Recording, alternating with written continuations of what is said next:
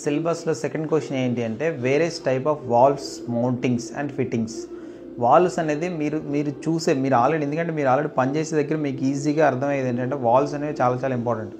Valves ఏ valve దేనికి పనిచేస్తుంది? వెంట వాల్వ్ ఉంటుంది, మెయిన్ వాల్వ్ ఉంటుంది, మెయిన్ స్టీమ్ వాల్వ్ ఉంటుంది, ఏంటంటే సేఫ్టీ వాల్వ్స్ ఉంటాయి, తర్వాత బ్లోడౌన్ వాల్వ్ ఉంటుంది. ఇవన్నీ వాల్వ్స్ అనమాట. ఈ వాల్వ్స్ అనేది బాయిలర్ మౌంటింగ్స్ కింద.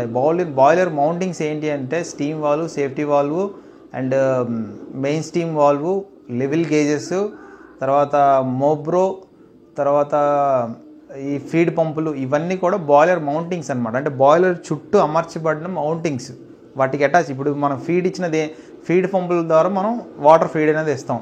మెయిన్ స్టీమ్ వాల్వ్ ద్వారా స్టీమ్ అనేది ప్లాంట్కి వెళ్తుంది. రెండోది ఏంటంటే వెంట వాల్వ్ ఎందుకు ఉపయోగపడుతుంది అంటే మన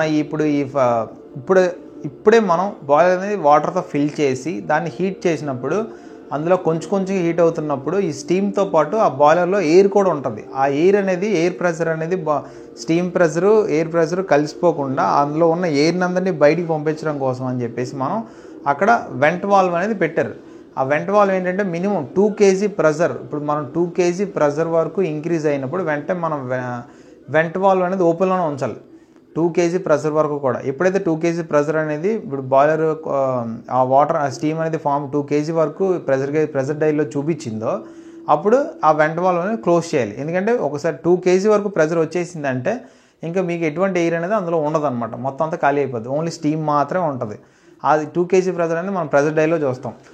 మెయిన్ ఇంకో బాయిలర్ మౌంటింగ్లో ఇంకో ప్రెషర్ గేజ్ అనేది కూడా ఒక మౌంటింగే. ఇప్పుడు ప్రెషర్ గేజ్లో మనం బాయిలర్కి ఈ ప్రెషర్ గేజ్ ఎలా వాడుతాం అని చెప్పేసి మనకు క్వశ్చన్ అడుగుతాడు ఇన్స్పెక్టర్. దానికి మనం ఏ ప్రెషర్ గేజ్ వాడతామంటే మనకు అందులో క్లియర్గా ఉంటుంది PSI kg/cm². ఈ ప్రెషర్ డైల్ మాత్రమే మనం బాయిలర్కి అనేది యూజ్ చేస్తాం.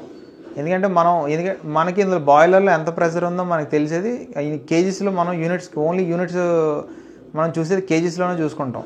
మనకి 10 kg ప్రెషర్ ఉందా, 5 kg ప్రెషర్ ఉందా అని చెప్పేసి చూపించేది ప్రెషర్ గేజ్. ఆ ప్రెషర్ గేజ్ అనేది బాయిలర్ దగ్గర మ్యాక్సిమం నేను విన్నది, నాకు మా సీనియర్ ఆపరేటర్స్ చెప్పింది ఏంటంటే ఓన్లీ kg/cm² ప్రెషర్ గేజ్ మాత్రమే మనం బాయిలర్ దగ్గర యూజ్ చేస్తాం అని చెప్పేసి వాళ్ళు మాకు చెప్పారనమాట. ఇవి బాయిలర్ తాలూకు మౌంటింగ్స్.